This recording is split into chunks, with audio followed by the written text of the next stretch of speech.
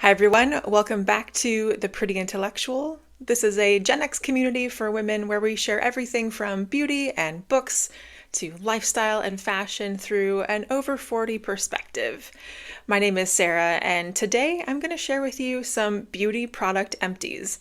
This is stuff that I've finished up over the last several weeks, maybe a couple of months, and I'll let you know what I thought of everything. It's a really great way for me to tell you a full review of what I thought if I finished it. I'll let you know what was great and what was not. What am I not going to be repurchasing because I didn't like it? Let's get into it. The first two things that I have are body lotions. I go through a lot of lotions, and these first two are staples. I'll spoil it right off the bat. I have repurchased them and will repurchase them. The first one is the Tree Hut Whipped Shea Body Butter, and I really love the scent Coco Colada. It's a really nice one. It's a really good value. It is 8.4 ounces, and I buy this at Target. You can get it at Ulta, Amazon. It's a little more expensive at Ulta. Target is usually where I get it. It's about $8.99 or so. And I love this because the whipped texture really trumps the whole body butter. It says whipped shea body butter. It really is more of that whipped shea feeling. It feels so light and cooling. It almost feels cooling on contact. So I typically use this in the morning or right before bed when my already sort of hydrated skin just needs a little refresher. The scent is nice and long lasting. The scent is very light. It's more of a fresh, it's more of a fresh floral-ish coconut scent. It has a little bit of pineapple to cut that. So it's a little fresh fruity, I guess. Fresh fruity. That sounds like maybe a descriptor for me sometimes. Anyway, I love this. I repurchase it.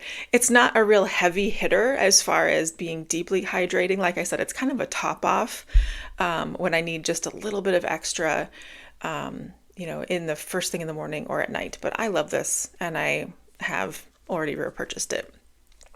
The other moisturizer that I have and always have on hand is the CeraVe moisturizing cream. This is not glamorous, it is not exciting, but it is another great value, and it really does the job. So this is the 16-ounce tub. You can also get a 19-ounce tub off of Amazon. I frequently buy that one. I'll do the subscribe and save model with that, and that one is $16. So I really like this one. I live in Minnesota. It's very dry here for much of the year. My skin is naturally very dry as well. This has 3 essential ceramides, which ceramides help lock in moisture, which is really helpful.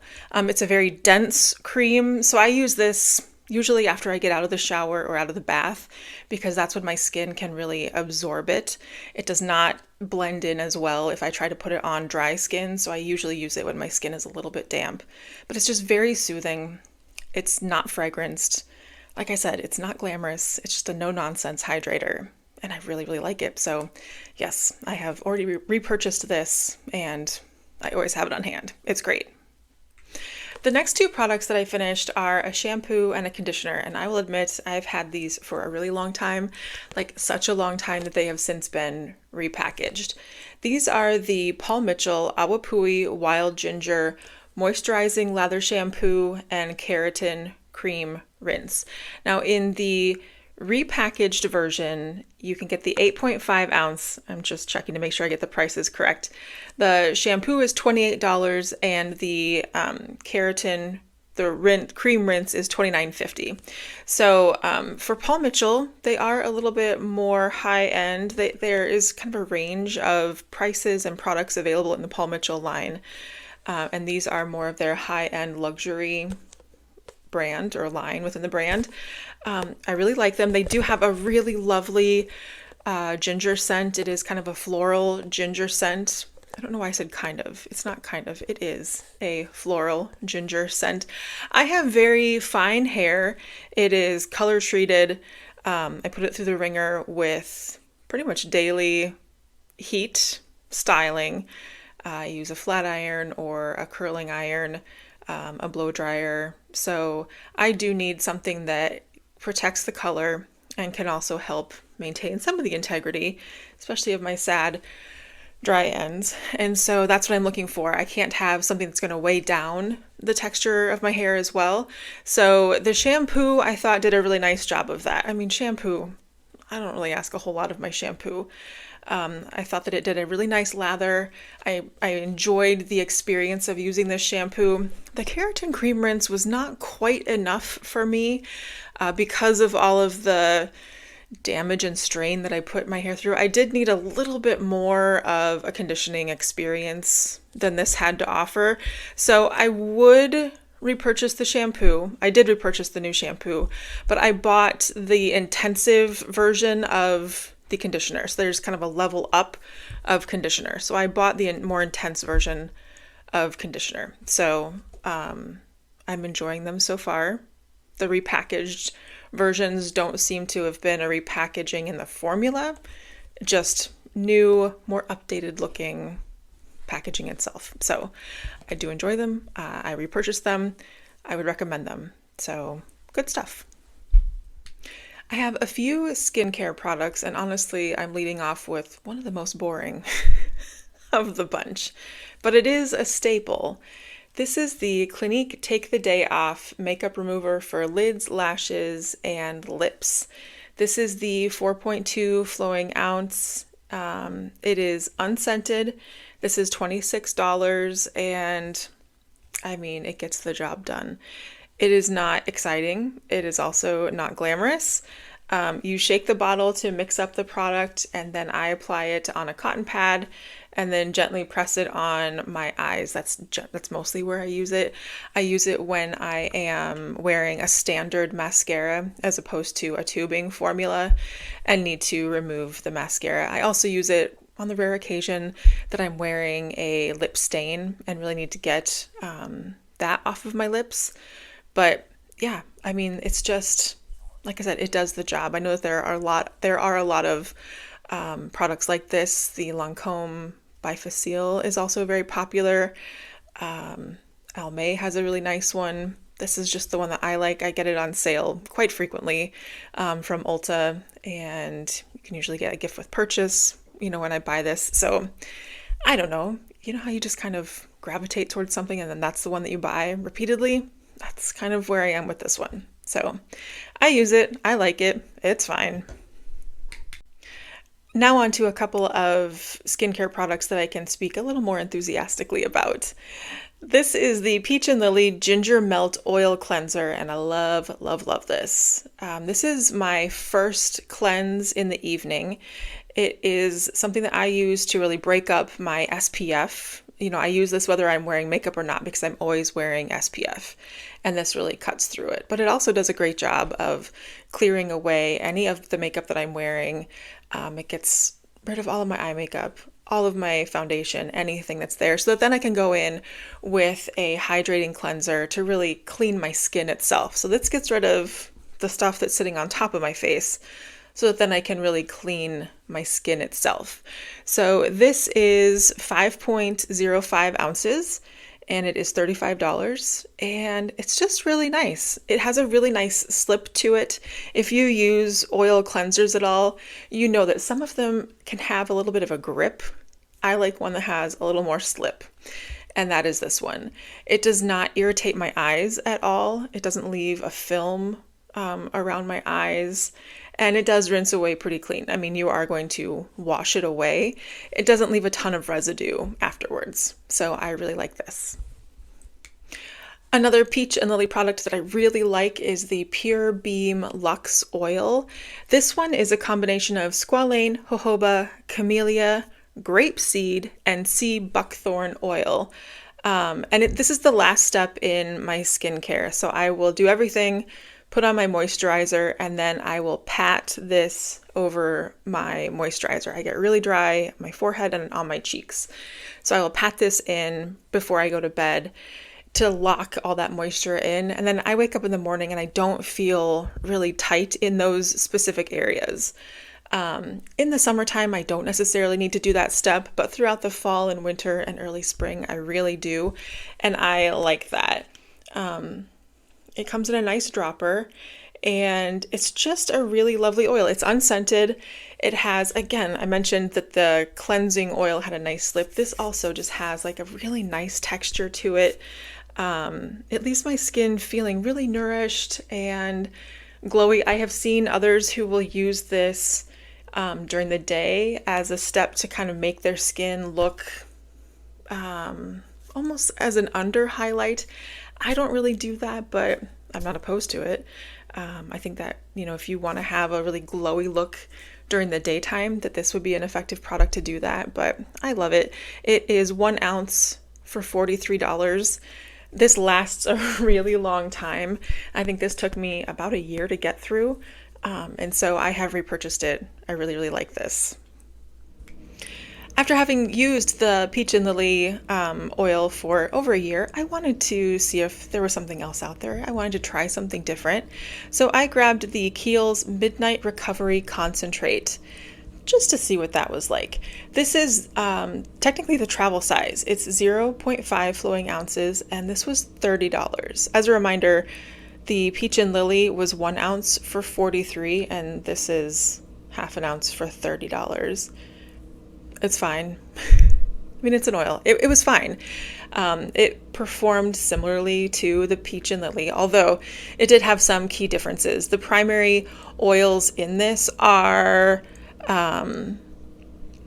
lavender essential oil and then a primrose oil. Yes, primrose oil. Not just primrose oil, evening primrose oil. And the lavender, there is a very strong lavender scent. So if you don't like scented products, then that might be a deal breaker for you. I didn't mind. It was fine. Initially, I do have somewhat reactive skin sometimes, and I did feel like it took a couple of days for my skin to get used to that lavender essential oil. It did, and it was fine. But it's so much more expensive. I wouldn't repurchase this because I didn't love it enough to repurchase it. So it's fine. It just wasn't great to me. I didn't love it. All right, moving into some makeup. So I'm looking at the brands that I use, and I use some Clinique makeup. I have the Clinique eye makeup remover, and I also have this Clinique concealer. I don't know if it's because I grew up with Clinique since I'm a Gen Xer. I don't see a lot of other people who make beauty videos talking about Clinique as a brand, but I use it. I don't know. I have the Even Better All Over Concealer. My shade is CN02 Breeze, and this is 0.2 ounces for $31. And again, this lasted me a very long time. I have repurchased it. This is just a general, like, all-purpose, all-over-the-face concealer. I would say it's medium coverage. It's not going to cover a tattoo or a serious birthmark or something like that, but it does handle redness, a blemish. I have a sunspot up here that I did not cover with it today, but it can usually, dull that somewhat. But yeah, it has a doe foot applicator. And then it also has this sponge, which I've obviously never used, but you could use that to blend the product out. I typically use a finger, or if I'm using it underneath my eyes, it can look a little heavy under the eyes, so I use the tiniest amount possible, and then I will blend it out with a damp beauty sponge to sheer it out just a little bit. But I mean, it's nice. I like it, and like I said, it's $31, so it lasts forever. So I have another tube in my beauty stash. I use it. I like it. There's nothing amazing and exciting about it. It just does what I expect it to do, which sometimes that can be amazing in and of itself. When there are so many beauty products to choose from, being able to grab something and know it's going to do what you want it to do, sometimes that can be amazing and enough. Next up, I have 2 highlighters, and I'm interested, do you use a highlighter? I go back and forth. Sometimes I do, sometimes I don't. I do enjoy kind of having a little bit of something here. And so I have been on the hunt for a good highlighter. The first one is the ColourPop Super Shock Highlighter in the shade Lunch Money. And this one has a pearlized finish. It's 0.15 ounces for $9. And it has a really fun texture. Do you remember the Maybelline bouncy blush? It was like Dream Matte? No, it was just like Dream Bouncy. Anyway, if you do this, it's fun. You press it in. It has a really nice sheen. I mean, that is noticeable. And I think that's why this is not for me. I do not care for this. I do not enjoy this. Part of it is the pearly. It's very pearly. I don't think this is the shade for me. It's a champagne gold, which, I mean, in theory, on my fair skin, should be pretty good, but it just highlights whatever texture I have, and then also seems to like reflect off of any of my crow's feet. So this was not for me. It's a nice product. It feels really nice. It has a really nice, smooth, creamy application, and then it does sort of dry down to a powdery finish, so it doesn't feel sticky or tacky on your face, but it just is a little too much for me. Not quite what I'm looking for. And unfortunately, neither is the second one. This is the Tower 28 Super Dew Highlighting Balm, and the shade is called No Shade. This is 0.16 ounces, and it's $18, and it is literally a clear balm. I mean, yeah, you can kind of see. It feels like you are applying a lip balm onto your face. And that is kind of the problem, because it never dries down. It feels like you have sticky lip balm on your face for the entire day. I do like the effect that it gives, because it does just look like a natural, there's no glitter, there's no shimmer. It just looks like a dewy light on your face, but it's sticky. And also, I've only had this for maybe 3 months. Whew, and it smells weird. I know Tower 28 is one of those clean at Sephora brands. Clean doesn't mean anything other than it doesn't have really great preservatives in it. I was scanning the ingredients and it looked like it had ethyl hexyl glycerin, which could be the preservative, but that's it. So that would kind of explain why it went off so quickly, but I don't want to put that on my face because it smells weird.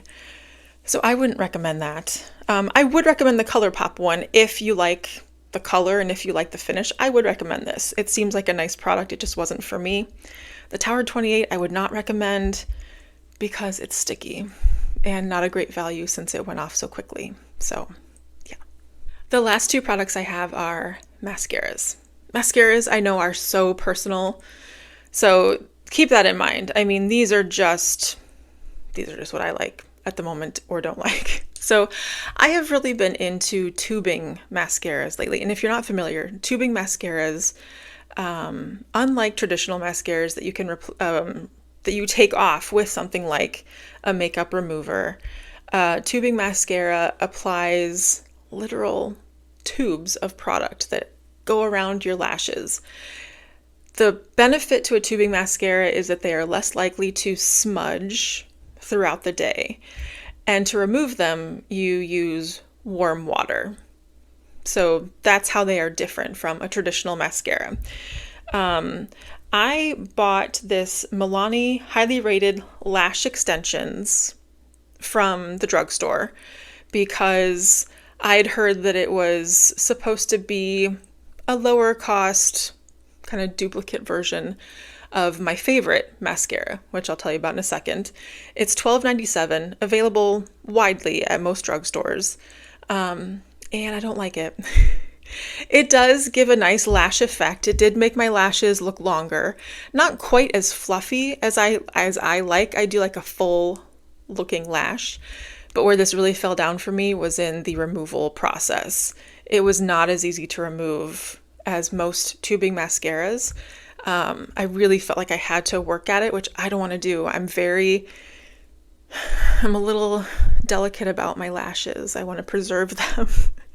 I am trying to keep them. And so I don't want to do anything that's going to have me really tugging at them or messing around with them. So I did not care for this one. I'm still in love with and repurchasing the Thrive Cosmetics liquid lash extensions. This is the original, this is the OG formula that so many other tubing formulas are trying to replicate. The downside of this is that it is $25. It is only available online. I continue to purchase it. I purchased the shade Bryn, which is black, and I just love it. It has a plastic bristle brush. It just makes my lashes look great. I mean, they look good, right? They look really nice. And the removal process is top notch. Just a little bit of warm water applied with either a cotton pad or my washcloth, and the tubes just slide right off. So easy. I love this. Have repurchased, continue to repurchase. It's a favorite. So that's what I have used. We did it. This is all of it. This is my trash. We got through it. I can now recycle all of this. That is good news. Let me know, what have you tried lately that you love? What have you tried that's not so great? Have you tried any of this? Do you have thoughts? Do you agree? Have you had a different experience? If you've had a different experience than I have with any of this, especially, let us all know down in the comments, because I want to see, let's have a well-rounded conversation about anything. Yeah, thank you so much for spending some time with me today. I really appreciate it. I know you've got a lot going on, and I don't take it lightly that you spent some of your time with me. If you would like to check out more on The Pretty Intellectual, we have a lot of really great things going on here. If you're here on the website, then check out some of these articles that are listed below. If you are on YouTube, come over to thepretyintellectual.com and see what else we've got going on. But if nothing else, leave a comment. Let me know how you're doing today. Let me know what your favorite, most recently used up product is. I want to hear, because I probably need to try it, right? Right. All right. Thank you, and have a wonderful rest of the day.